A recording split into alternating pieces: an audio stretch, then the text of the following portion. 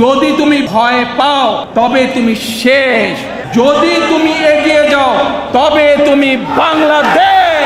বাংলাদেশের রাজনীতিতে আমরা অনেক সময় নেতাদের জনপ্রিয়তা, বক্তৃতা বা আন্দোলনের ভূমিকা নিয়ে আলোচনা করি, কিন্তু রাজনীতির সবচেয়ে গুরুত্বপূর্ণ কিন্তু কম আলোচিত দিক হল জ্ঞান, শিক্ষাগত ব্যাকগ্রাউন্ড এবং নীতি নির্ধারণে বুদ্ধিবৃত্তিক ভূমিকা। বিএনপি প্রতিষ্ঠার পর থেকে এই দলটিতে এসেছে বহু উচ্চশিক্ষিত, অভিজ্ঞ ও আন্তর্জাতিক মানের রাজনীতিবিদ, যারা শুধু রাজপথ নয়, নীতি, পরিকল্পনা, অর্থনীতি ও বৈদেশিক সম্পর্কেও রেখেছেন গুরুত্বপূর্ণ প্রভাব। আজকের এই ভিডিওতে আমরা আলোচনা করব বিএনপির 10 জন সবচেয়ে শিক্ষিত ও জ্ঞানী রাজনীতিবিদ সম্পর্কে। চলুন তাহলে শুরু করা যাক। 1. ডক্টর খন্দকার মোশাররফ হোসেন। কুমিল্লার দাউদকান্দি থেকে উঠে আসা ডক্টর খন্দকার মোশাররফ হোসেনের জীবন যেন এক ভূতত্ত্ব বিজ্ঞানীর রোমাঞ্চকর গবেষণা। 1946 সালে জন্ম নেওয়া এই মানুষটি দেশের গণ্ডি পেরিয়ে জ্ঞানের সন্ধানে পাড়ি জমান লন্ডনে। কল্পনা করুন, 1960 এর দশকে একজন বাঙালি তরুণ লন্ডনের বিশ্বখ্যাত ইম্পেরিয়াল কলেজের গবেষণাগারে পৃথিবীর রহস্য উদ্ঘাটনে ব্যস্ত। সেখানে তিনি কেবল এমএসসি সম্পন্ন করেই ক্ষান্ত হননি। 1973 সালে অর্জন করেন ডিআইসি এবং পরের বছরই 1974 সালে ভূতত্ত্বে পিএইচডি ডিগ্রি অর্জন করে বনে যান আন্তর্জাতিক মানের একজন বিজ্ঞানী। স্বদেশের টানে দেশে ফিরে তিনি যোগ দেন ঢাকা বিশ্ববিদ্যালয়ের ভূতত্ত্ব বিভাগে, হয়ে ওঠেন শিক্ষক ও বিভাগীয় চেয়ারম্যান। 1979 সালে যখন শহীদ রাষ্ট্রপতি জিয়াউর রহমানের ডাক এলো, তখন এই শিক্ষাবিদ তার গবেষণার টেবিল ছেড়ে নেমে এলেন রাজনীতির মাঠে। তার বৈজ্ঞানিক বিশ্লেষণধর্মী মনন এখন দেশের নীতি নির্ধারণে গুরুত্বপূর্ণ ভূমিকা রাখছে। তিনি যেন প্রমাণ করলেন, জ্ঞানের ভিত্তি যত মজবুত হবে, নেতৃত্বের বিশ্লেষণ ততটাই নির্ভুল হবে। 2. সালাউদ্দিন আহমেদ। সালাউদ্দিন আহমেদের গল্পটি হল মেধাবী ছাত্র থেকে আইনজ্ঞ ও জনপ্রতিনিধি হওয়ার। তার শিক্ষা জীবনের শুরুতেই ছিল রেকর্ড ভাঙার প্রবণতা। পেকুয়ার শিলখালী উচ্চ বিদ্যালয় থেকে রেকর্ড নম্বর নিয়ে এসএসসি পাশ করা এই ছাত্রটি যখন চট্টগ্রাম কলেজ থেকে বেরিয়ে ঢাকা বিশ্ববিদ্যালয়ের আইন বিভাগে প্রবেশ করলেন, তখন তার লক্ষ্য ছিল স্পষ্ট, দেশের আইন ব্যবস্থায় অবদান রাখা।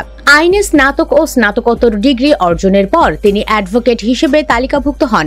এখানেই শেষ নয়, তার মেধা তাকে পৌঁছে দেয় সরকারি চাকরির শীর্ষ প্রতিযোগিতায়। তিনি সপ্তম বিসিএস পরীক্ষায় সফলভাবে উত্তীর্ণ হন, কিন্তু সরকারি ক্যাডারের নিশ্চিত জীবনকে বিদায় জানিয়ে তিনি বেছে নিলেন গণমানুষের জীবন।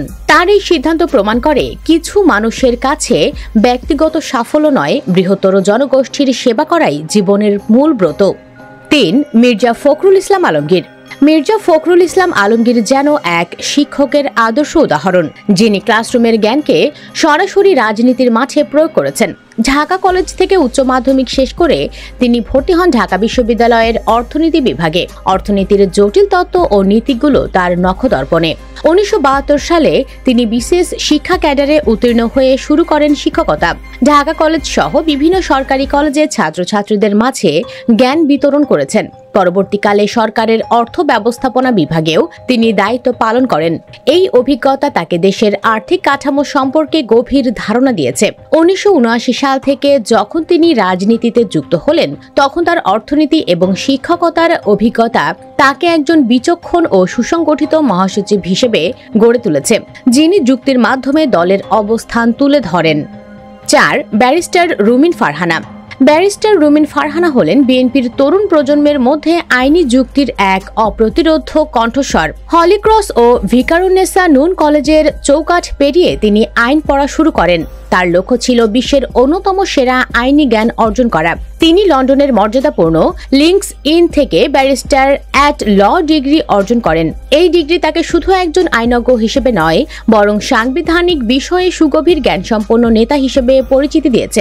যখনই কোনো আইনি বা সাংবিধানিক বিতর্ক ওঠে, রুমিন ফারহানা তার স্পষ্টভাবে যুক্তি প্রমাণ ভিত্তিক বক্তব্য নিয়ে হাজির হন। তার পরিবার রাজনৈতিক ও সামাজিক মর্যাদা সম্পন্ন হলেও তার পরিচিতি এসেছে মূলত তার নিজস্ব মেধা ও জ্ঞানের জোরে। 5. ডক্টর জুবাইদা রহমান। ডক্টর জুবাইদা রহমানের গল্পটি হল চিকিৎসা বিজ্ঞান ও গবেষণায় শ্রেষ্ঠত্বের। ঢাকা মেডিকেল কলেজের একজন মেধাবী ছাত্রী হিসেবে তিনি কেবল এমবিবিএস ডিগ্রি অর্জনের পরই থেমে যাননি। তার লক্ষ্য ছিল আন্তর্জাতিক মানের বিশেষজ্ঞ হওয়া। তিনি উড়ে যান লন্ডনে এবং বিশ্বখ্যাত ইম্পেরিয়াল কলেজ থেকে মেডিসিনে এমএসসি সম্পন্ন করেন। এখানেই ঘটে সেই অসাধারণ ঘটনা। তিনি তার গবেষণামূলক কাজের জন্য স্বর্ণপদক লাভ করেন। এই অর্জন প্রমাণ করে তিনি কেবল একজন ভালো চিকিৎসকই নন, তিনি একজন বিশ্বমানের গবেষক। তার কর্মজীবনের আরও একটি মাইলফলক হল তিনি 1995 সালের সিভিল সার্ভিস পরীক্ষায় প্রথম স্থান অর্জন করেন। একজন স্বর্ণপদক বিজয়ী ও সিভিল সার্ভিসের প্রথম স্থান অধিকারী হিসেবে তিনি নিঃসন্দেহে বিএনপির সবচেয়ে শিক্ষিত পেশাজীবীদের একজন। 6. আমির খসরু মাহমুদ চৌধুরী। আমির খসরু মাহমুদ চৌধুরীর জীবন যেন বাণিজ্যিক অর্থনীতি ও আন্তর্জাতিক বাণিজ্যের একটি সফল কেস স্টাডি। চট্টগ্রাম কলেজ থেকে স্নাতক শেষ করে তিনি লন্ডনে পাড়ি জমান হিসাব বিজ্ঞানে উচ্চশিক্ষা নিতে। এই আর্থিক জ্ঞান তাকে দেশের অর্থনীতিতে গুরুত্বপূর্ণ অবদান রাখার প্রেরণা যোগায়। দেশে ফিরে তিনি কেবলই রাজনীতি করেননি, তিনি চট্টগ্রাম স্টক এক্সচেঞ্জ প্রতিষ্ঠা করে দেশের পুঁজিবাজারে যুগান্তকারী ভূমিকা রাখেন এবং এর চেয়ারম্যান হন। তিনি দক্ষিণ এশিয়া এক্সচেঞ্জ ফেডারেশনের প্রথম সভাপতি হয়ে আন্তর্জাতিক বাণিজ্য ক্ষেত্রেও নেতৃত্ব দেন। একজন সফল ব্যবসায়ী ও অর্থনীতিবিদ হিসেবে তিনি যখন সাবেক বাণিজ্য মন্ত্রীর দায়িত্ব পালন করেন, তখন দেশের বাণিজ্য নীতি তার বাস্তব ও একাডেমিক জ্ঞানের মাধ্যমে সমৃদ্ধ হয়। 7. জাইমা রহমান। জাইমা রহমান হলেন বিএনপির ভবিষ্যৎ প্রজন্মের শিক্ষিত প্রতিনিধি। যুক্তরাজ্যের মর্যাদাপূর্ণ কুইন মেরি ইউনিভার্সিটি থেকে আইন বিষয়ে স্নাতক ডিগ্রি অর্জনের পর তিনিও তার দাদা দাদির পদাঙ্ক অনুসরণ করেন। তিনিও পাড়ি জমান লন্ডনের আইনি তীর্থস্থান লিংকস ইনে এবং বার অ্যাট ল ডিগ্রি অর্জন করেন। এই উচ্চমানের আইনি জ্ঞান নিয়ে তিনি সাম্প্রতিক সময়ে দলের কর্মকাণ্ডে যুক্ত হয়েছেন। জাইমা রহমানের আগমন কেবল একজন নেতার আগমন নয়, এটি একটি বার্তা বিএনপির নেতৃত্ব শিক্ষিত, আইন মান্যকারী এবং আন্তর্জাতিক মানদণ্ডে প্রশিক্ষিত তরুণদের হাতে যাচ্ছে। 8. ইশরাক হোসেন। ইশরাক হোসেনের গল্পটি হল প্রযুক্তি ও রাজনীতির মেলবন্ধন।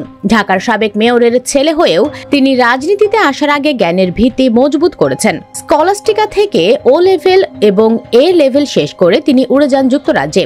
সেখানে ইউনিভার্সিটি অব হার্টফোর্ডশায়ার থেকে তিনি কেবল মেকানিক্যাল ইঞ্জিনিয়ারিং এ স্নাতক ডিগ্রি অর্জন করেননি, তিনি স্নাতকোত্তর ডিগ্রিও সম্পন্ন করেন।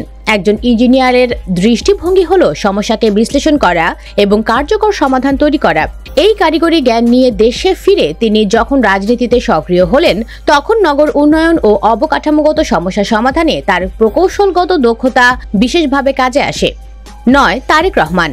বিএনপির ভারপ্রাপ্ত চেয়ারম্যান তারেক রহমানের শিক্ষা জীবন শুরু হয় দেশের কয়েকটি সেরা প্রতিষ্ঠানে, B A. Shaheen college, saint Joseph এবং ঢাকা রেসিডেন্সিয়াল কলেজে।